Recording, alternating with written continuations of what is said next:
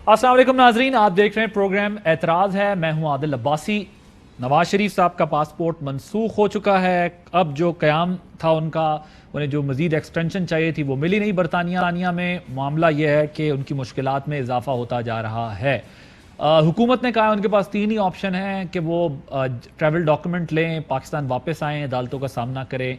मुस्लिम league नून की जानिब से कहा जा रहा है कि वो बीमार हैं, उनकी जो है वो तबीयत ठीक नहीं है। हमारे पास कानूनी ऑप्शन मौजूद हैं, जिन कानूनी ऑप्शंस के ऊपर हम जाकर नवाज शरीफ साहब जो है वो मज़ीद अपना वहाँ पर क़याम बढ़ा सकेंगे।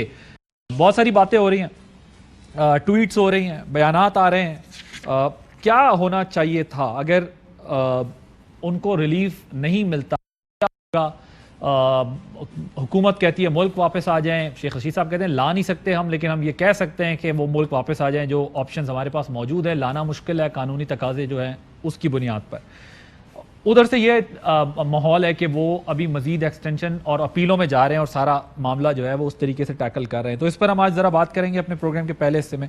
प्रोग्राम के दूसरे हिस्से में बात करेंगे कराची के मामलात के ऊपर। प्रोग्राम के पहले हिस्से में हमारे साथ मौजूद होंगे अली नवाज अवान साहब, मुआविन खुसूसी हैं वज़ीर आज़म पाकिस्तान के, पाकिस्तान तहरीक इंसाफ से। डॉक्टर तारिक फजल चौधरी साहब, रहनुमा पाकिस्तान मुस्लिम लीग नवाज के, दोनों हमारे साथ वीडियो लिंक पे मौजूद होंगे। प्रोग्राम के दूसरे हिस्से में जो है वो मुर्तज़ा वहाब साहब हमारे साथ होंगे, एडमिनिस्ट्रेटर कराची बन गए हैं, तर्जुमान हैं हुकूमत सिंध के, उनसे रहे हैं, उनसे भी बात करेंगे। तो मैं ज़रा प्रोग्राम के आगाज़ में जो है वो चाहता ये हूँ, अली नवाज अवान साहब आप मुझे ये बताएं कि आपकी गवर्नमेंट उनको ला तो नहीं सकी। अब जहाँ पर सिचुएशन चली गई है, जो अभी तक हम बयानात देख रहे हैं वो तो चले गए हैं कि एक्सटेंशन में। मैं ज़रा सुनवाता हूँ शेख साहब ने क्या बात की थी, शेख रशीद साहब क्या कह रहे हैं, फिर डिस्कशन आपकी तरफ लाता हूँ। हमारी कोई ट्रीटी नहीं है ब्रिटेन के साथ, अल्लाह ही लाएगा तो लेके आएगा उसको। शेख साहब, आप वजीर दाखिला हैं, तो 5 साल जो निसार अली खान ने लगाई कोशिश की अल्ताफ हुसैन को पाकिस्तान लाने के लिए, अब आपके पास एक मैं नहीं ला सकता, मैं भी नहीं ला सकता। अगर वो 5 साल नहीं लगा सका तो मुझे तो हुए 6 महीने हैं। सो मैं तो ना नवाज शरीफ को ला सका हूं ना अल्ताफ हुसैन को ला सका। अली नवाज अवान साहब, ला तो गवर्नमेंट आपकी नहीं सकती, ये तो वो बात करते रहे हैं। फिर आप लोग जो जो कुछ इस वक्त डिमांड कर रहे हैं, मैं भी जरा तारिक फजल चौधरी साहब से भी पूछूंगा कि वो खुद क्यों नहीं आ जाते मियां साहब यहाँ पर। तो क्या ये सब कुछ सिर्फ सियासी बयानात की हद तक है कि वो नवाज शरीफ को वापस लाओ, नवाज शरीफ जो है वो सजाएं भुगतें, सारा कुछ ये सिर्फ सियासी बयानात की हद तक है, या कोई ऑप्शंस आप लोगों के पास भी हैं कि अब अगर उन्हें वहां वीजा एक्सटेंशन नहीं मिल रही तो आप लाने के लिए कोई एफर्ट्स करें? अच्छा, थैंक यू आदिल। में 2-3 चीज़ें, ज़रा मुझे टाइम दीजिएगा। उसमें 2-3 चीज़ें ये हैं कि गवर्नमेंट ऑफ पाकिस्तान क्या कर सकती थी, इसीलिए हमने बहुत ज़्यादा रेजिस्ट किया था कि वो बाहर ना जाए। उससे पहले भी हमारे पास एग्जांपल्स मौजूद थी अल्ताफ हुसैन की सूरत में, बाकी बहुत सारे लीडर्स की सूरत में। जब वो एग्जाइल में जाते थे तो वहीं रह जाते थे। सेल्फ एग्जाइल की बात कर रहा हूँ। दूसरी चीज़ ये कि हम उसमें कर क्या सकते थे, हम ये कर सकते थे कि गवर्नमेंट ऑफ इंग्लैंड से उसको अप्रोच कर सकते थे, वो हमने की। फिर हम उनके जो पासपोर्ट है वो उसको कैंसिल करा सकते थे, वो हमने कर दिया। और तीसरी ये चीज़ थी कि देखें, कुछ चीज़ें इंसान के हाथ में होती हैं, कुछ इन चीज़ें अल्लाह के हाथ में होती हैं। Whatever you sow, you have to reap one day। पहले भी आपको याद होगा कि पनामा कोई स्कैंडल जो आया था वो पाकिस्तान की गवर्नमेंट जो उस वक्त नून लीग की थी, कोई जुडिशरी का, कोई लोगों का इन्वेस्टिगेटिव जर्नलिज्म नहीं था पाकिस्तान के अंदर। वो एक जर्मन पेपर्स के अंदर एक तहकीक हुई, एक लीक्स हुई पनामा, और उसके अंदर ऑफशोर कंपनीज में पता चला कि नवाज शरीफ साहब के इतने इतने इतने इतने अपार्टमेंट हैं। पाकिस्तान के अंदर से कुछ नहीं हुआ था, और वो देखें उसको वो झुटलाते रहे झुटलाते रहे झुटलाते रहे। पाकिस्तान में कहते हैं देखें बच्चे की तनख्वाह के ऊपर हमें निकाल दिया, हमने तो कोई जुर्म नहीं किया था। पाकिस्तान के अंदर एक बयानिया बनाया उन्होंने, और मुझे क्यों निकाला का बयानिया बना दिया। पर फिर हुआ क्या कि दोबारा वो कहते हैं मैं बहुत बीमार हूँ, बहुत बीमार हूँ, बहुत बीमार हूँ। अदालतें हमें कहती थी गारंटी दे दो कल तक नवाज शरीफ को कि वो जिंदा रहेगा। वो बाहर चले गए, आपके सामने जिन हालात में गए। और आज इंग्लैंड की अदालतों ने यह साबित कर दिया कि उनकी जो हेल्थ की जो अपील रिजेक्ट करके कि वो बीमार नहीं है, वो हट्टे कट्टे हैं, इंग्लैंड में घूम फिर रहे हैं, रेस्टोरेंट के अंदर घूम फिर रहे हैं। उन्होंने कहा इनको तो कोई इस तरह की बीमारी है ही नहीं है, और जो उन्होंने हमारे साथ लिंक किए हैं सबूत कि वो बीमार हैं, वो इस काबिल नहीं है कि हम उनको अपने सामने रख सकें या उसकी बेस पे उनकी वीजा एक्सटेंशन कर सकें। अल्हम्दुलिल्लाह इज्जत एहतराम के एक नए मिराज पे आज नून लीग पहुंच गई है डेटाई। कि आप ये सोचें कि पहले इनका बयानिया क्या था कि अल्हम्दुलिल्लाह हमारी इंग्लैंड तो क्या पाकिस्तान में भी कोई जायदाद नहीं है। और अब दूसरा ये आ गया कि पहले नवाज शरीफ साहब कहते होते थे, इफ यू रिमेंबर आदिल, इसकी वीडियो लीक हुई थी, अगर आपको याद हो कि अगर मेरे एसेट बियॉन्ड मींस हैं तो तुम्हें क्या। अब वो इंग्लैंड में ये कह रहे हैं अगर मैं ठीक हूं तो इंग्लैंड की अदालतों को क्या। ये इस तरह नहीं होता। अब ये जो इन्होंने बोया है उनको काटना पड़ रहा है। हम इनकी हर चीज एक एक करके सामने आती जा रही है। कभी जभी अपने आप को फेडरल कैस्ट्रो कहते हैं कि मैं फेडरल कैस्ट्रो की तरह मुज़ाहमती हूँ, फिर ये कहते हैं मैं इमाम खमीनी की तरह बाहर से जंग लड़ूंगा, कभी कहते हैं महातिर मोहम्मद की तरह मुझे अपनी पार्टी के अंदर।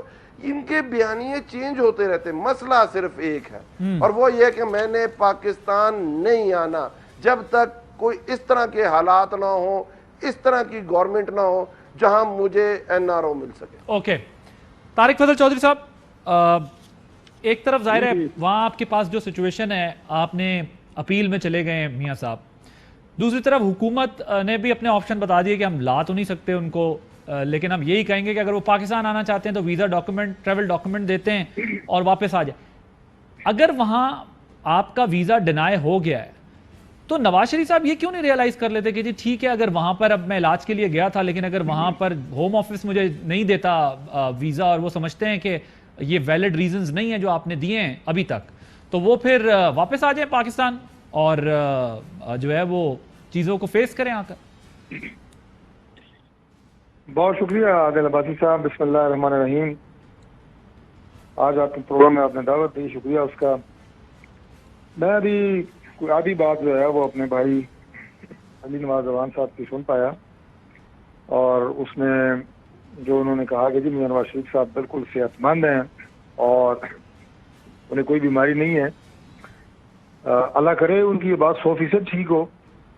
वो क्या कहते हैं, उनके मुंह में घी शक्कर, अल्लाह करे बिल्कुल ठीक हो। और हमसे ज़्यादा खुश कौन है कि अगर मियां नवाज शरीफ साहब बिल्कुल ठीक हैं और उन्हें किसी तरह की कोई बीमारी नहीं है। ये तो पहली बात है। दो बातें और हैं आदिल भाई साहब जो मैं अर्ज करूंगा। एक है मियां नवाज शरीफ साहब की बीमारी के हवाले से कि किन हालात में मुल्क से बाहर जाते हैं। दूसरी उनके वीज़े का जो स्टेटस है जो भी इस वक्त मौजूद ज़ेर बहस है, दोनों पे मुख्तसर में अर्ज कर देता हूँ। पहली बात तो ये है कि मियां नवाज शरीफ साहब जब बीमार हुए तो वो सब नैब की कस्टडी में थे, वो अपने घर पे नहीं थे कि हम कोई कहानी बनाते और कोई गलत रिपोर्टें बना के मीडिया को दिखाते या अदालत को दिखाते और कोई जमानत लेते या बाहर जाने का कोई बहाना बनाते। वो नैब की कस्टडी में हैं, वहाँ बीमार होते हैं, हॉस्पिटल शिफ्ट होते हैं। उसके बाद वो ये बातें मुतअद्दिद दफ़ा रिपीट की जा चुकी हैं, लेकिन at the cost of repetition मैं बहुत इख्तिसार के साथ आपके सामने ये बात रखूंगा कि उसी कस्टडी में जब वो हॉस्पिटल में है, पंजाब हुकूमत तमाम तर उनकी जो बीमारी है उसकी इन्वेस्टिगेशन कराती है। कराची से एक्सपर्ट डॉक्टर्स आते हैं, आगा खान से, इमरान खान साहब का अपना जो प्राइवेट हॉस्पिटल है शौकत खानम, वहाँ के एक्सपर्ट डॉक्टर्स आते हैं। जो सूबाई वजीर सेहत हैं डॉक्टर यास्मीन राशिद साहिबा, एक ऑनरेबल खातून है, वो को डॉक्टर भी हैं, वो निगरानी करती हैं इस पूरी इन्वेस्टिगेशन की और वो इस नतीजे पे पहुंचते हैं कि मियां नवाज शरीफ साहब को बाहर जाके अपना इलाज करवाएं। वज़ीर आला पंजाब कहते हैं कि मेरा जहाज तैयार खड़ा है, जब जाना चाहें चले जाएं। इन हालात में मियां नवाज शरीफ साहब मुल्क से बाहर जाते हैं। अब वहाँ पे उनका इलाज अभी तक जो होना है, मियां साहब के 2 आगे सर्जरीज हो चुकी हैं, हार्ट की, मैं खुद डॉक्टर हूँ, वो कॉम्प्लिकेटेड चीज़ें मीडिया पे करने का फायदा नहीं है, आम आदमी की समझ से बाहर है। ड्यू टू डायबिटीज उनके गुर्दे कितने % काम कर रहे हैं वो भी एक टेक्निकल चीज़ है, high blood pressure, high sugar, ये सारी, और फिर उनकी एज जो है तकरीबन 70 से ज़्यादा है। तो इन हालात में उनका वहाँ पे जो इलाज मुआवजा है, जब तक आपको आपके डॉक्टर्स ये नहीं कहते कि जी हमारी तरफ से आप बिल्कुल फारिग, आप जाएं अपने मुल्क जाएं, आपकी तसल्ली तब होती है। ये तो एक उनकी मेडिकल की कंडीशन है। दूसरी बात उनकी वीज़े की है। देखें मियां नवाज शरीफ साहब वहाँ पे अगर मुकीम है तो वीज़े वाला मामला को पसंद या नापसंद का मामला नहीं है कि मियां नवाज शरीफ साहब इससे पहले बरतानिया की जो अथॉरिटीज़ हैं मियां नवाज शरीफ साहब को उन्होंने वेलकम किया था और बड़े वो उनके गुड बुक्स में थे, और अब मियां नवाज शरीफ साहब जो हैं वो उनकी गुड बुक्स में नहीं रहे। ये खालिसतन एक टेक्निकल मामला है।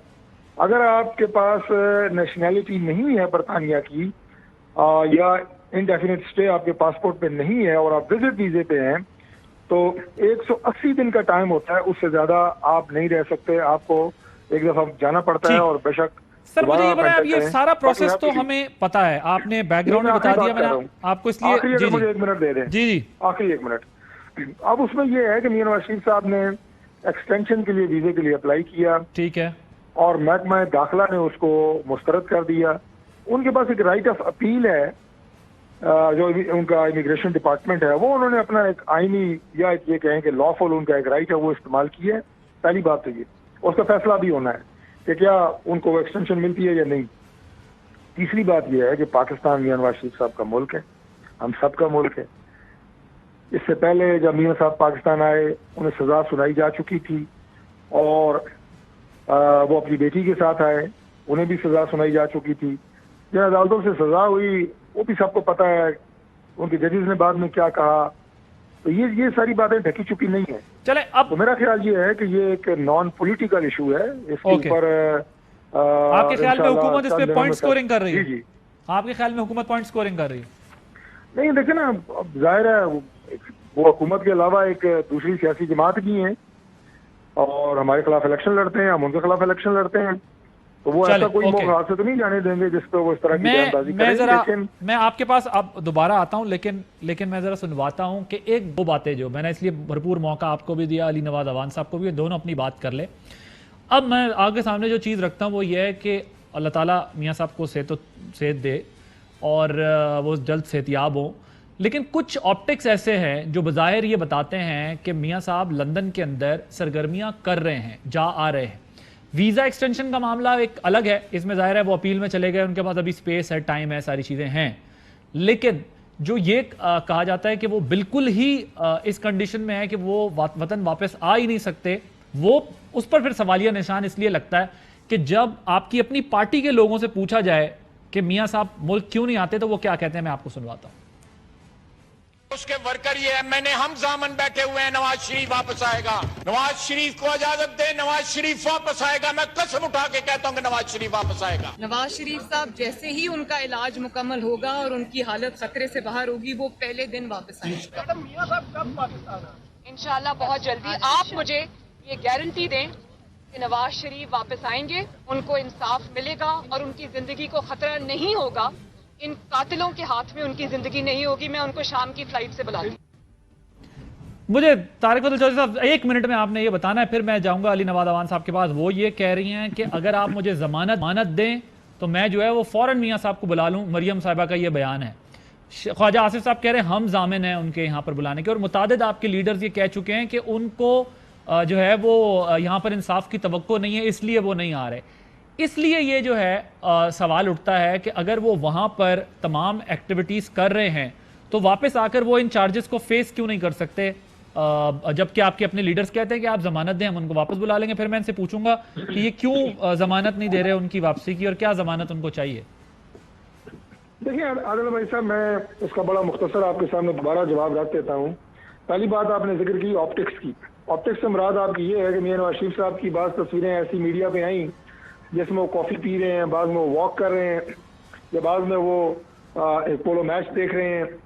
गुजारिश ये है कि मैं फिर ये कहूँगा कि मैं एज ए डॉक्टर आपको बड़ी इसमें तफसीली एक टेक्निकल ब्रीफिंग भी दे सकता हूँ, लेकिन उसका फायदा इसलिए नहीं है। टाइम सर कम है ना, मुझे सिर्फ ये बताएं कि ये जो आपके पार्टी लीडर्स ने कहा था कि हम 1 मिनट में बुला सकते हैं, ये जमानत दें। जो ऑप्टिक्स की बात की ना, मैंने कहा मैं पहले ऑप्टिक्स के हवाले से कह दूं कि ये जितनी बीमारियों का मैंने जिक्र किया, आप ये ध्यान में रखें कि इन बीमारियों के लिए आपका कोई बिस्तर पे लेटा होना या आपका ये होना कि जनाब आप बिस्तर से नीचे उतर, चले ठीक है, ये बात मैंने आपकी तस्लीम कर ली, लेकिन फिर वो क्या अवामिल होंगे कि वो उनको फौरन बुलवा लिया जाए, जो आपकी पार्टी के वाइस प्रेसिडेंट और अहम जिम्मेदार और ओहदेदारान कह रहे हैं कि जी हम बुला लें लेकिन हमें गारंटी दें, जमानत दें। नहीं देखिए, मैंने आपको अर्ज किया ना जी कि ये सारे बयान जो मुख्तलिफ हमारे लीडर से मुख्तलिफ औकात में इंटरव्यूज लिए गए और उनसे कहा गया मियां नवाज शरीफ साहब कब वापस आएंगे, उस मौका और महल की मुनासिबत से लोगों ने अपने अपने ख्यालात का इजहार किया। लेकिन हैविंग सेड दैट सब ने यही कहा कि नवाज शरीफ साहब वापस आएंगे और जरूर आएंगे, और मैं भी आपसे यही कह रहा हूँ कि वो तब वापस आए थे जब उनकी जो एहलिया है दूसरे ठीक सर, ये तो आप पास में दोबारा जा रहे हैं ना, आप ठीक है, आप पास में दोबारा जा रहे हैं ना, लेकिन आपने मुझे बताया कि वो मुख्तलिफ मौक़ों पर मुख्तलिफ बयानात दिए। क्या गारंटी जो है वो अली नवाज अवान साहब आपसे PMLN मांगती है? क्या उनको गारंटी चाहिए कि वो वापस आ जाएं? अब चूंकि मैं इस बुनियाद पे नहीं कह रहा कि उनको इलाज का हक भी है, वो बिल्कुल इलाज करवाएं, अल्लाह उन्हें सेहतियाब करे, लेकिन चूंकि अब बरतानवी होम ऑफिस ने उनकी रिक्वेस्ट डिनाई कर दी है, जाहिर है इन्होंने बहुत सारे डॉक्यूमेंट्स दिए होंगे, मेडिकल डॉक्यूमेंट्स दिए होंगे, जिसकी बेस पर ये पहले भी एक्सटेंशन ले चुके थे, इन्हें मजीद वीजा एक्सटेंशन चाहिए थी, लेकिन अब उन्होंने डिनाई कर दी है। अपील का फैसला अपनी जगह। सो उसके बावजूद अगर डिनाई हुई है, वो क्या मामले हैं कि वो PMLN आपसे मांगती है कि आप गारंटी दें कि वो वापस आ जाए? अच्छा आदिल भाई, देखें पाकिस्तानी अदालतें और अब इंग्लैंड की अदालतें भी, देखें जब चले गए थे और उनकी जब जमानत दी थी इस्लामाबाद हाई कोर्ट ने, और इन्हीं बेसिस के ऊपर ली थी, और फिर लाहौर हाई कोर्ट ने वो 7 अरब रुपए साइड पे रख के 50 रुपए के उसके ऊपर एफिडेविट के ऊपर उन्हें जब बाहर जाने दिया था, तो आपको याद होगा कि वो इंग्लैंड गए और वहाँ चले गए। हमने उस पर बड़ी क्वेश्चनिंग की, जिस तरह खान साहब ने बयान दिया किस तरह आराम से उड़े हैं, कि वो एम्बुलेंस भी नहीं थी, और बाहर जाके जो आपने खुद बताया एक्टिविटी। फिर एक केस लगा जो इन्होंने ही अपील की हुई थी नून लीग ने, मियाँ नवाज शरीफ का और मरीम नवाज का, उसी सेम बेंच ने कहा कि भाईजान वो अब भगोड़े हो चुके हैं, और जो डॉक्यूमेंट आपने हमें दिए हैं वो डॉक्यूमेंट के तहत नवाज शरीफ बिल्कुल ठीक हैं, और उन नवाज शरीफ को फिल फौर वापस आना चाहिए। और उन्होंने पूरा उनको मफरूर करार देने के लिए जो कानून के अंदर तरीकाकार है उसको फॉलो किया। पहले ये इधर से जस्टिस मोहसिन अख्तर कियानी साहब की अदालत से मफरूर भगोड़े हुए जब उन्होंने कहा कि वो बीमार नहीं है, और अब इन्होंने एक और तमगा अपने सीने पर सजाया है कि इंग्लैंड की अदालतों ने भी इनको कह दिया है कि जो बीमारियां ये बता रहे हैं इन सारी बीमारियों का नवाज शरीफ से कोई ताल्लुक नहीं है। और इसका सबसे बड़ा जो सबूत है आदिल, कि डॉक्टर अदनान खामोश हैं, प्लेटलेट्स की रिपोर्टें खामोश हैं, एडवोकेट हारिस साहब खामोश हैं, वो कुछ नहीं बता रहे, और ये बाहर अदालतों को जाके चैलेंज भी नहीं कर सकते। पाकिस्तान तो नहीं है जो क्वेश्चन ले लेते हैं कि मुझे क्यों निकाला, वो तो इंग्लैंड है और वहां सारी जायदादें हैं इनकी, वहां तो ये क्वेश्चन कर ही नहीं सकते। और दूसरी बड़ी बात है कि आज मुझे तारिक भाई की बात से पता चला कि जो प्राइम मिनिस्टर नवाज शरीफ जो 3 दफा वजीर आजम रहे हैं, पाकिस्तान के अंदर ब्लड प्रेशर की बीमारी का भी इलाज इस काबिल उन्होंने अपनी हेल्थ सिस्टम को नहीं बनाया कि पाकिस्तान में ब्लड प्रेशर का भी इलाज हो सके, 70 साल के ऊपर के मरीज का भी इलाज हो सके, या किसी और बीमारी का। 3 दफा वो पाकिस्तान में वजीर आजम रहे। जो बीमारियां भी तारिक भाई ने बताई हैं वो तो सारों का इलाज पाकिस्तान में मौजूद है कि नहीं है। बात ये है कि मैं ये चाहता हूं कि मेरे तारिक फजल चौधरी फ्रंट फुट पे लड़े, मेरे बाकी जो कारकुन है फ्रंट फुट पे लड़े, और मैं बाहर बैठ के एक मुजहमती लीडर बन के पाकिस्तान में तहरीक चलाऊं। इस तरह नहीं होता। आपको हमारी तरफ से, अगर जो आपका दूसरा क्वेश्चन था आदिल भाई, देखें एक फ्यूजिटिव, एक मफरूर, एक भगोड़ा जो पाकिस्तान में कन्विक्टेड है, वो हमसे गारंटी मांगे कि मैं जब आऊंगा तो मुझे ये गारंटी चाहिए कि पाकिस्तान में लगभग 86,000 कैदी मौजूद हैं। अगर आप इसी चीज को प्रेसिडेंट बनाएंगे तो 86,000 लोगों को ये आप गारंटी देंगे आदिल? देखिए, आपको अलग से डील नहीं किया जा सकता। आप आए, आपको अदालतें कह चुकी हैं आप बिल्कुल ठीक हैं, आप समझते हैं पाकिस्तान की दूसरी बड़ी जमात के सबसे बड़े लीडर हैं, आपका बहुत बड़ा वोट बैंक है, तो भाई कभी हुकूमत करने के अलावा, हुक्मरानी करने के अलावा भी तो पाकिस्तान में रह के देखें। आप क्यों डर जाते हैं? आप पाकिस्तानी कौम के इतने हमदर्द हैं, आप समझते हैं, ट्वीट करते हैं, पाकिस्तानी इदारों को तज़ीक करते हैं, नेम शेमिंग करते हैं। आप इतने बड़े लीडर तो आ जाए ना, इधर आके लड़ें, इधर आके देखें, इधर आके मुज़ाहमत करें, पर ये करेंगे नहीं। इनको कोई गारंटी नहीं चाहिए, इन्हें कुछ नहीं चाहिए। इन्होंने बाहर जाना था, चले गए, और हम समझते हैं उस जो पूरे प्रोसेस के अंदर हमारे से बहुत बड़ी ज्यादती हुई है। हम समझते हैं कि हमें ये काम नहीं करना चाहिए था। हम समझते हैं कि वो जो आदिल मुहावरा कहा जाता है कि हमें मामू बनाया गया और हम मामू बने थे उस वक्त। और आपको मामू अपनों नहीं बनाया है ना? चले आदिल भाई, नहीं, आप चले नहीं ना, आप जरा रुके। मामू अपनों नहीं बनाया ना? मैंने ब्रेक नहीं लेनी जब तक आप ये नहीं बताएंगे मामू आपको किसने बनाया। नहीं, मैं ये बता रहा हूँ ना, ये जो रिपोर्ट्स हैं, रिपोर्ट छोड़ें, ये बताएं मामू बने किसने बनाया, मुझे ये बताएं। मैं यही तो कह रहा हूं। देखिए डॉक्टर्स किस चीज पे फैसला करते हैं। चले मैं आपको दो ऑप्शन देता हूं, अपनों ने बनाया कि परायों ने बनाया? नहीं, पाकिस्तान में सब हमारे अपने हैं। नहीं, मैं कह रहा हूं मामू बता दें आपको किसने बनाया। मैं ब्रेक नहीं लूंगा क्योंकि अपनों ने बनाया कि परायों ने बनाया। हाँ। मैं आदिल बड़े कैटेगोरिकली कह रहा हूं, जो पाकिस्तान में चाहे वो हमारी ऑपोजिशन पार्टी है, चाहे वो हमारे अपने अंदर पार्टी के लोग हैं, चाहे हमारे अपने नवाज अवान साहब, आप जबरदस्त अपने हैं ना। अली भाई आप जबरदस्त स्पोक्स पर्सन है अपनी पार्टी के और बेहतरीन मीडिया पे आके आप पॉइंट ऑफ व्यू डिफेंड करते हैं। मुझे ये बताएं, मैंने ये बात आपकी मान ली कि आपको मामू बनाया गया है, लेकिन ये बताएं कि अपनों ने बनाया? भाई जब मैं कह रहा हूं ना अपनों ने बनाया और किसने बाहर वालों ने बनाया? एक ब्रेक के बाद मजीद बात होगी। मजीद मामू बनना है या नहीं बनना after this break. Welcome back. Doctor Tariq Fazal Chaudhary साहब, जरा वक्त कम है, मैं मुख्तसर आपसे जो है ना वो जवाब लूंगा सबसे, और जो है वो मुझे सिर्फ ये समझना है जो बात बार बार हो रही है। अब गवर्नमेंट तो ये तस्लीम कर रही है कि जी हम एक गलती कर बैठे और हम जो है वो हमें बेवकूफ़ बना दिया गया है, जो भी सारी चीज़ें करने के बाद। मुझे सिर्फ ये समझना है कि आपकी पार्टी से इस पॉइंट ऑफ व्यू को भी क्लियर कर दिया गया कि वो असाइलम नहीं लेंगे। अगर वो असाइलम नहीं लेंगे तो उनके बाद एक मेरा ख्याल है विजिट वीज़ा का ऑप्शन होगा, वो ले सकते हैं। और अगर ये दोनों चीज़ें उनकी नहीं चलती, असाइलम वो लेंगे नहीं और विजिट वीज़ा पे वो नहीं जाते मिसाल के तौर पे, तो 180 दिन बाद उनको वापस आना पड़ेगा अपील, क्योंकि जिस ग्राउंड पे रिफ्यूज़ किया है, कानूनी माहिर कहते हैं कि सूरत हाल बड़ी संगीन है, ये नॉर्मल बात नहीं है। ये बहुत वो भी बड़ा होमवर्क करके किसी की रिक्वेस्ट डिनाई करते हैं, और 3 टाइम प्राइम मिनिस्टर हैं मियाँ साहब। तो मुझे ये बताएं कि क्या कोई ऑप्शन नहीं है कि वो असाइलम वहां पर लेंगे? अगर ये अपील भी डिनाई हो गई तो सीधे पाकिस्तान आएंगे? डॉक्टर साहब। भाई साहब, पहली बात तो ये कि आपके सवाल का बिल्कुल मैं बराह रास्त जवाब दूंगा, लेकिन उससे एक दो चीज़ें मैं पहले अर्ज कर दूं कि हुकूमत से किसी तरह की कोई गारंटी मियां नवाज शरीफ साहब ने, हमारी पार्टी ने ना तो मांगी है, ना उसकी जरूरत है कि फलां गारंटी दें तो मियां नवाज शरीफ साहब वापस आएंगे या नहीं आएंगे। ये हुकूमत से किसी तरह की कोई गारंटी किसी ने नहीं मांगी। तो किससे मांगी है? अली ने ये बात की, मेरे भाई ने कहा जनाब कि इंग्लैंड की अदालतें नहीं है। यकीनन इंग्लैंड की अदालतें नहीं है, क्योंकि इंग्लैंड की अदालतों से आज तक किसी प्राइम मिनिस्टर को इस वजह से अपने ओहदे से बरतरफ नहीं किया गया कि उस मुल्क पे किसी दूसरे पासपोर्ट पे किसी दूसरे मुल्क का वीजा लगा हुआ है।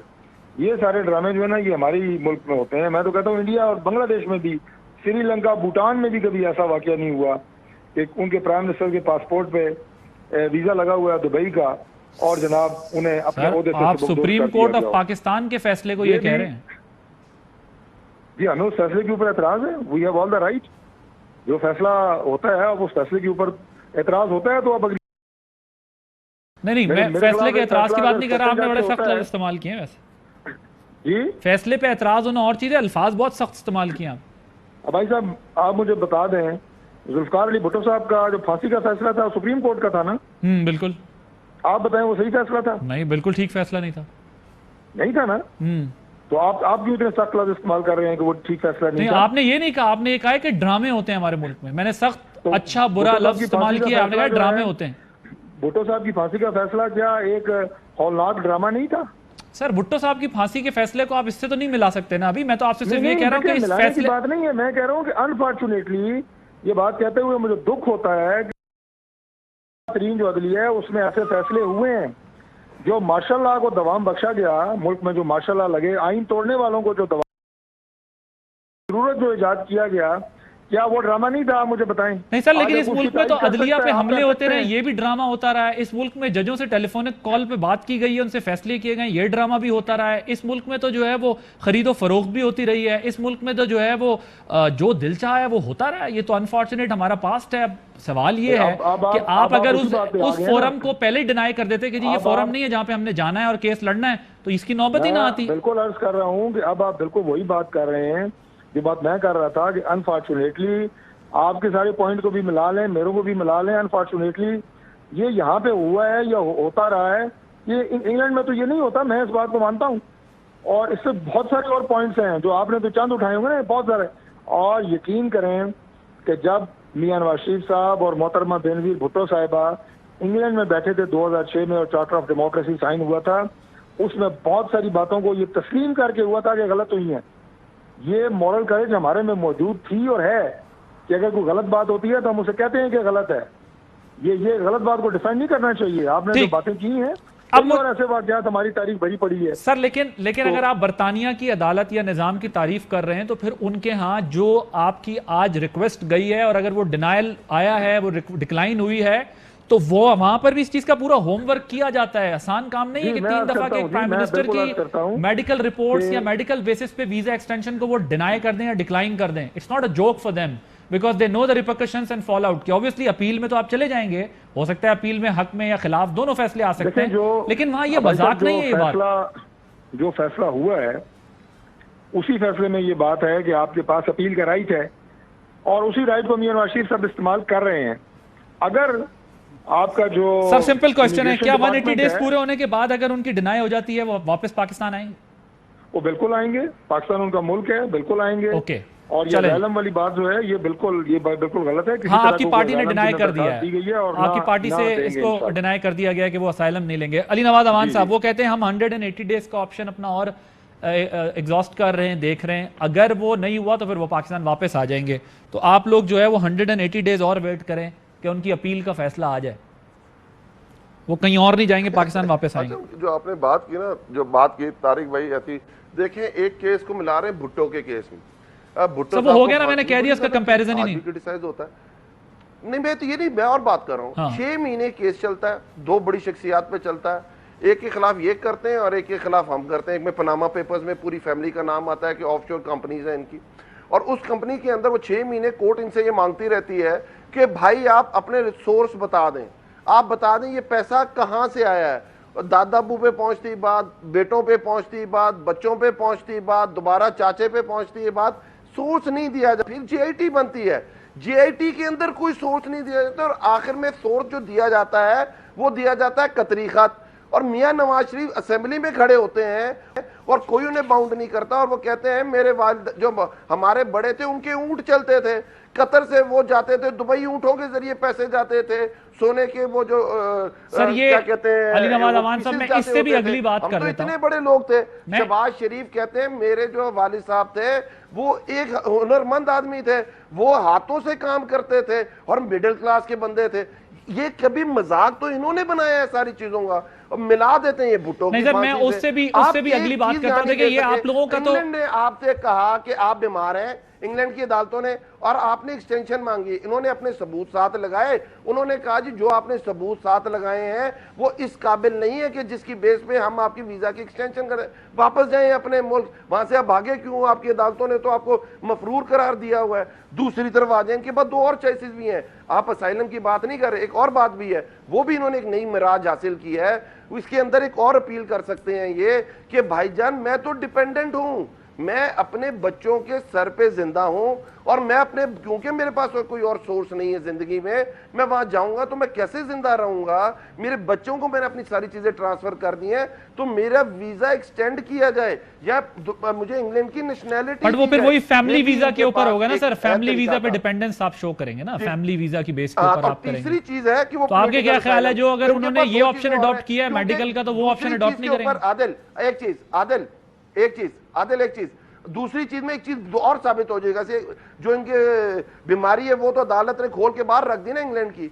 दूसरी चीज ये है कि जब ये कहेंगे कि मैं अपने बच्चों के सर पे, तो मरियम की वो वाली बात लाजमी चलाइएगा, मैं तो अपने अब्बू के साथ रहती हूँ, मेरी इंग्लैंड तो क्या पाकिस्तान में भी कोई जायदाद नहीं है, और जो मेरे खावंद हजूर हैं वो तो 1500 रुपए वजीफे पे जिंदा है, तो ये लाजमी चलाएगा जब ये इस तरह की अपील करें। सर वक्त खत्म हो गया, thank you so much Ali Nawaz. आप डॉक्टर तारिक फजल चौधरी साहब, ये अब देखना है आने वाले दिनों में जो अपील है उससे पाकिस्तान की सियासत में ये फैसला होना है कि अगर मियाँ साहब की अपील मंजूर हो जाती फिर तो वो वहीं है, अगर नहीं होती है तो फिर उन्हें पाकिस्तान वापस आना होगा, नहीं आएंगे तो क्या ऑप्शंस लेंगे, ये बहुत इंटरेस्टिंग डेज होंगे। आगे एक ब्रेक लेंगे, ब्रेक के बाद जब वापस आएंगे तो मुर्तज़ा वहाब साहब हमारे साथ मौजूद होंगे, पाकिस्तान पीपल्स पार्टी के जो एडमिनिस्ट्रेटर कराची बन चुके हैं। कराची को कैसे बेहतर करेंगे, कराची को जो चाहिए क्या वो पीपल्स पार्टी इनकी सिलेक्शन करके वो दे सकती है? After this break. Welcome back जी। मुर्तज़ा वहाब साहब हमारे साथ मौजूद हैं। मुर्तज़ा वहाब साहब सिंध हुकूमत के तर्जुमान भी हैं, मुशीर भी हैं और अब एडमिनिस्ट्रेटर कराची लग गए हैं। पीपल्स पार्टी ने जो यंग लोगों को लाने का फैसला किया है उसी में से ये एक डिसीजन हमें लग रहा है। मुर्तज़ा वहाब साहब का फैसला किया गया, उर्दू स्पीकिंग भी हैं, कराची को समझते भी हैं, कराची में रहते हैं। और बहुत सारे मसाइल का इदराक भी होगा। मुझे मुस्तफा साहब ये बताइएगा कि आप एडमिनिस्ट्रेटर तो बन गए हैं, कितने बाइख्तियार होंगे आप? क्योंकि ज़ाहिर है एक यंग होना, एज फैक्टर, बहुत सारी चीज़ें हैं, कितना इख्तियार होगा आपके पास, कितने बाइख्तियार हैं आप? और ये फर्जी नहीं, हकीकी तौर पे बताना है आप। आदिल, कराची पाकिस्तान का कमर्शियल कैपिटल है, कराची सिंध का दारुल हुकूमत है, इंडस्ट्रियल कैपिटल है पाकिस्तान का। उस शहर का मेयर के बारे में सोचना कि वो बाइख्तियार नहीं होगा, मैं समझता हूँ ये एक परसेप्शन क्रिएट कर दिया गया था। इशू नियत का था, इशू कुछ और था। तो कोशिश की जाएगी इंशाल्लाह उन्हीं इख्तियारात में रहते हुए। एक जेन्युइन कोशिश है पाकिस्तान पीपल्स पार्टी की जानिब से, सिंध गवर्नमेंट की जानिब से, कि जो कराची के मसाइल हैं उनको किस तरीके से पाकिस्तान पीपल्स पार्टी एड्रेस करती है। बाकी सियासी जमातें तो एड्रेस नहीं कर पाई, और एक फुकदान जो कि मैं समझता हूँ प्रोविंशियल गवर्नमेंट और लोकल गवर्नमेंट के दरमियान कोऑर्डिनेशन का था due to various political reasons, वो अब ये जो एडमिनिस्ट्रेटिव। अच्छा, आप जब बागी पार्टियों की बात करते हैं तो ये ऑब्जेक्शन खुद आपकी पीपल्स पार्टी पर भी होता है कि आपकी सिंध हुकूमत है काफी सालों से। आज आपकी बिलावल भुट्टो साहब से भी मुलाकात हुई है, क्या आपने उनसे, उन्होंने आपको क्या कहा है, पहले तो जरा ये बताइएगा, और क्या आपने भी उन्हें बताया है कि ये जो दूसरी पार्टीज पे इल्जाम लगता है या बात होती है वो हम पे भी लगता है, तो क्या कौन से इख्तियारात हैं जो आपको चाहिए होंगे जिससे कराची के पेचीदा मसाइल को हल करने में मदद मिले? मुझे बिलावल साहब ने सिर्फ एक टास्क दी, काम करना है, आपको डिलीवर करना है कराची शहर के अंदर। और कराची के जो बुनियादी मसाइल हैं, जिसमें पानी सेवरेज का एक मसला है, गार्बेज का मसला है, ट्रांसपोर्ट का मसला है, इन तीनों मसाइल के ऊपर मुतहर्रिक अंदाज से काम करने की हिदायत दी गई हैं। उसकी स्ट्रेटजी बनाई जा रही है, उसका गेम वर्क, एक प्लान तैयार किया जा रहा है, और इंशाल्लाह उसके ऊपर डिलीवरेंस ओरिएंटेड अप्रोच के साथ आगे लेकर बढ़ेंगे। मैंने आपको बताया ना कि मैं एडमिनिस्ट्रेटर बनने से पहले भी कराची के बहुत सारा जो डेवलपमेंट का काम गवर्नमेंट कर रही थी, हालांकि वो मेरा पोर्टफोलियो नहीं था, मेरा डोमेन नहीं था, लेकिन फिर भी चूंकि मैं उस शहर का हूँ, उस शहर ने मुझे इज्जत बख्शी है, मैं काबीना में बैठता हूँ, मैं शहर का मुकदमा लड़ता था, शहर के इशूज को उजागर करता था, और मैं अपना रोल अदा करता था डिस्पाइट द फैक्ट कि मेरी रिस्पॉन्सिबिलिटी नहीं थी। तो कभी कभार आदिल, आपको रिस्पॉन्सिबिलिटी का सोचना ही नहीं चाहिए, आपको अपनी ड्यूटी का सोचना चाहिए। और ड्यूटी मैं समझता हूँ हम सबकी है कि हमारा शहर है और शहर के अंदर डिलीवर करना हम सबकी जिम्मेदारी, और इंशाल्लाह इसी नीयत के साथ मैदान में उतरें, और इस उम्मीद के साथ इंशाल्लाह जिस तरह मैं अपनी पार्टी से, अपनी गवर्नमेंट से उम्मीद रखता हूं कि वो मदद करेंगे, उसी तरीके से मैं शहरियों से भी तवक्को रखता हूं कि इस काम में मदद की जाएगी म्यूनिसिपल एजेंसीज की, तमाम म्यूनिसिपल एजेंसीज। मैं सिर्फ केएमसी की बात नहीं कर रहा हूँ, मैं डीएमसीज की भी बात कर रहा हूँ, मैं केडीए की भी बात कर रहा हूँ, मैं सॉलिड वेस्ट की भी बात कर रहा हूँ, वाटर बोर्ड की भी बात कर रहा हूँ। हर इदारे के साथ मैं समझता हूँ एक क्लोज कोऑर्डिनेशन में काम किया जाएगा और शहरी उनके साथ कोऑपरेट करेंगे। ठीक, आप जरा ये बताएं कि जो मेन 3 टास्क आपके जहन में है, कराची की जो हर्डल्स हैं बड़ी या इश्यूज हैं जो कराची जिसकी वजह से सबसे ज्यादा परेशान रहता है, वो क्या हैं और उसके लिए आप लोग क्या करेंगे? देखिए, मैंने बताया कराची के 3 जो बड़े सबसे इश्यूज हैं वो यही हैं कि पानी, ट्रांसपोर्ट और गार्बेज। ट्रांसपोर्ट के ऊपर काम हो रहा है और बड़े अच्छे अंदाज से ट्रांसपोर्ट डिपार्टमेंट काम कर रहा है। माजी में कोताही हुई है ट्रांसपोर्ट के हवाले से, लेकिन उन तमाम कोताहियों का हमको तदारुक करना है, और इसलिए एक स्ट्रेटजी बनाई गई और आप देखेंगे कि उसके ऊपर डिलीवरेंस होगी। गार्बेज के अंदर ये हमेशा से रिस्पॉन्सिबिलिटी म्यूनिसिपल एजेंसीज की थी, वो म्यूनिसिपल सर्विसेज डीएमसी सरंजाम देती थी। तो कराची शहर के अंदर 4 डिस्ट्रिक्ट के अंदर उन डीएमसीज ने उस काम को सॉलिड वेस्ट को दे दिया था, और 2 डिस्ट्रिक्ट के अंदर जो कि एमक्यूएम के डिस्ट्रिक्ट से, वहां पर काम वो डीएमसीज खुद कर रही थी। जब हमने मवाजना किया कि 4 डिस्ट्रिक्ट और 2 डिस्ट्रिक्ट के अंदर बेहतर सफाई की सिचुएशन कहाँ पे है, तो आप किसी कराची वाले से पूछेंगे वो आपको बताएगा कि जिन डिस्ट्रिक्ट के अंदर सॉलिड वेस्ट काम कर रही थी वहां पर परफॉर्मेंस बेहतर है। तो फैसला ये किया गया कि उन 2 डिस्ट्रिक्ट को भी, यानी कि सेंट्रल और कोरंगी को भी सॉलिड वेस्ट के जरिए मैनेज किया जाए। वो तमाम कॉन्ट्रैक्चुअल जो कार्रवाई होती है, टेंडरिंग प्रोसीजर होता है, वो कंप्लीट हो चुका है, और इंशाल्लाह अगस्त के महीने के आखिर में डिस्ट्रिक्ट सेंट्रल के एक डिवीजन के अंदर, सब डिवीजन के अंदर, और डिस्ट्रिक्ट कोरंगी के 2 सब डिवीजन के अंदर सॉलिड वेस्ट काम शुरू कर देगी। तो शहरियों के उसके अंदर भी डिफरेंस नजर आएगा। जो पानी का मसला है, मैं समझता हूँ वो एक बड़ा मेजर इशू है, जिसके अंदर जहां हम कहते हैं कि प्रोविंशियल गवर्नमेंट को, वाटर बोर्ड को काम करने की जरूरत है, उसी तरीके से हम एक्सपेक्ट करते हैं कि फेडरल गवर्नमेंट हमारी मदद करेगी K4 को कंप्लीट करने के अंदर। और जो कराची शहर की एलोकेशन होनी है from Keenjhar and also from hub dam, इसकी एलोकेशन को बढ़ाने में वफाकी हुकूमत कराची की इंतजामिया का साथ देगी। और उसके साथ साथ मैं समझता हूँ कि हम कुछ out of the box solutions के ऊपर भी काम कर रहे हैं कि समंदर का जो पानी है उसको डिसैलिनेट करके शहरियों को उस पानी को प्रोवाइड किया जाए। इसमें माजी में भी बहुत बात हुई है और एफर्ट्स की गई, लेकिन कुछ हो नहीं पाया, कुछ रिजल्ट, कोई आउटकम नहीं है। कोशिशें, प्लानिंग तो पहले भी होती रही, आप क्या करेंगे ऐसा? डिसैलिनेशन प्लांट्स लगा के आप वो जो सी वाटर है उसको जो है वो यूजफुल बना सके। आदिल, 2-3 चीजें मैं आपके सामने गुजारिश करना चाहूंगा। देखें, पहली चीज तो ये हमारे दिमाग में ये इंप्रेशन है कि शायद समंदर का पानी डिसैलिनेट नहीं हो सकता। हमें समझने की जरूरत है दुनिया भर में desalination is a reality, it is a success story. हम आज डिसैलिनेशन पर नहीं जाएंगे तो हमें 10 साल बाद जाना पड़ेगा। जिस तरीके से क्लाइमेट चेंज के असरात आ रहे हैं, पानी की जो किल्लत है हमारे लिए एक मेजर प्रॉब्लम है, उसको क्रॉस करने के लिए हमें जो है डिसैलिनेशन की तरफ जाना पड़ेगा। दूसरी चीज जो शहरियों को समझने की जरूरत है कि पानी एक कमोडिटी है। जब वो पानी आप डिसैलिनेशन के जरिए लोगों को पहुंचाएंगे, उस पानी की एक कॉस्ट होगी जो कॉस्ट शहरियों को बेयर करनी होगी। हमारे यहाँ अनफॉर्चुनेटली अभी तक वो म्यूनिसिपल टैक्स देने का, वाटर टैक्स देने का उस तरीके से रिवाज नहीं है।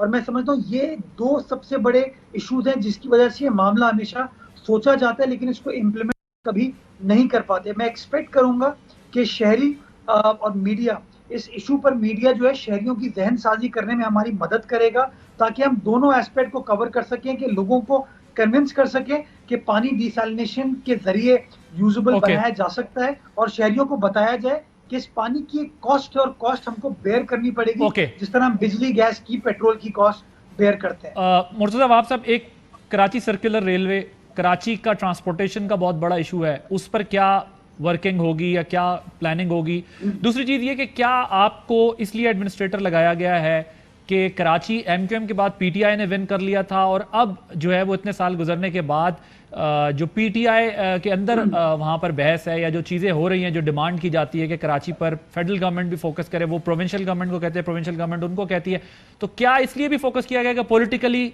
गेन किया जाए? अब कराची आपको पॉलिटिकली दिखता है कि वहां पर जो है वो पीपल्स पार्टी अपनी स्पेस क्रिएट कर सकती है फर्दर?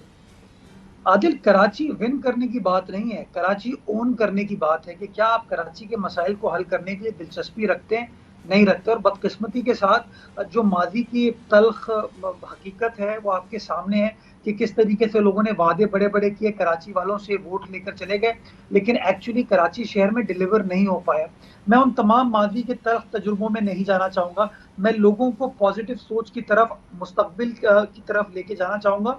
और जितनी भी सियासी जमातें हैं, चाहे मेरी अपनी सियासी जमात हो या बाकी सियासी जमातें, वो तमाम स्टेक होल्डर्स हैं कराची शहर की, मैं उनसे एक्सपेक्ट करूँगा कि अपने सियासी मकासद को साइड में रख के हम कराची के मुकदमे को लड़े और जो कराची के मसाइल हैं उसको हल करने के लिए हम सब अपना अपना संजीदा किरदार अदा करें। जो सर्कुलर रेलवे की बात की जाती है, सर्कुलर रेलवे किसके दौर में बंद हुई आपको सबको पता होना चाहिए। हमारा दौर नहीं था, किसी और की हुकूमत थी कराची शहर में जब कराची सर्कुलर रेलवे को बंद कर दिया गया। हमने पूरी कोशिश की कि कराची सर्कुलर रेलवे को मॉडर्न बुनियादों पर रिवाइव किया जाए। मुराद अली शाह साहब ने KCR को CPEC का हिस्सा बनवाया 2016 दिसंबर में। 2016 से लेके आज तक आदिल, जो कराची सर्कुलर रेलवे के लिए सॉवरेन गारंटी वफाकी हुकूमत को इशू करनी है वो अभी तक इशू नहीं, क्योंकि वफाकी हुकूमत उस रूट के ऊपर ML1 को चलाना चाहती है। एक ये हकीकत है जो कि कराची वालों को समझने की जरूरत है। मैं एक्सपेक्ट करूंगा कि वफाकी हुकूमत जिस तरीके से, बिल्कुल मैं यही सवाल आपसे पूछना चाह रहा था कि क्या फेडरल गवर्नमेंट को, आप PTI की गवर्नमेंट को, PTI के जो लोकल स्टेक होल्डर्स हैं उनको एंगेज करेंगे for the betterment of Karachi, कि जहां हेल्प उनकी जरूरत है और जहां सूबाई हुकूमत की जरूरत है, दोनों के बीच ब्रिज बनकर जो है वो कराची आइट्स को रिलीफ दे सके? मैं समझता हूँ बियॉन्ड पॉलिटिक्स काम करने की जरूरत है, अक्रॉस द बोर्ड काम करने की जरूरत है। इसको हम अपने जाती मकासद, जाती मसाइल को इसके अंदर ना लेके हैं। हमें कराची की खातिर, कराची पाकिस्तान को चलाता है आगे, अगर कराची के मसाइल हल होंगे तो पाकिस्तान के मसाइल हल होंगे। अगर हम इस नीयत को पैरामाउंट समझकर आगे बढ़ेंगे तो मैं समझता हूँ हम सब मिलकर काम कर सकते हैं और कराची के मसाइल को हकीकी अंदाज में हल कर सकते हैं इंशाअल्लाह। Thank you so much Murtaza Wahab साहब, एडमिनिस्ट्रेटर कराची हैं। देखना है कि आने वाले दिनों में कराची में क्या इकदाम किए जाएंगे जिससे कराची के अवाम के मसाइल हल हो सके। आदिल अब्बासी को इजाज़त दीजिए, अल्लाह हाफ़िज़। अहम तरीन खबरें अब एक क्लिक की दूरी पर, आपके पसंदीदा टॉक शोज हों या अहम मुल्की या गैर मुल्की शख्सियात की न्यूज कॉन्फ्रेंसेस, हर लम्हा बाखबर रहने के लिए सब्सक्राइब करें हमारा YouTube चैनल। मौसम की सूरत हाल हो या खेल के मैदान से खबरें, अपने मोबाइल फोन से मुल्की और बैनुल-अक़वामी अहम खबरों तक रसाई के लिए डाउनलोड कीजिए मोबाइल ऐप। बावसूख ज़राए से मुसद्दिका खबरों, तज्ज़ियों और तबसरों से मुस्तफ़ीद होने के लिए विजिट कीजिए पाकिस्तान की सबसे बड़ी न्यूज वेबसाइट www.arYnews.tv। इन सब के अलावा पाकिस्तान का सबसे बड़ा फेसबुक पेज हो, सबसे बड़ा न्यूज इंस्टाग्राम अकाउंट या फिर ट्विटर, ARY न्यूज पहुंचा रहा है खबरें सबसे पहले आप तक, ताकि आप रहें हर लम्हा बाखबर।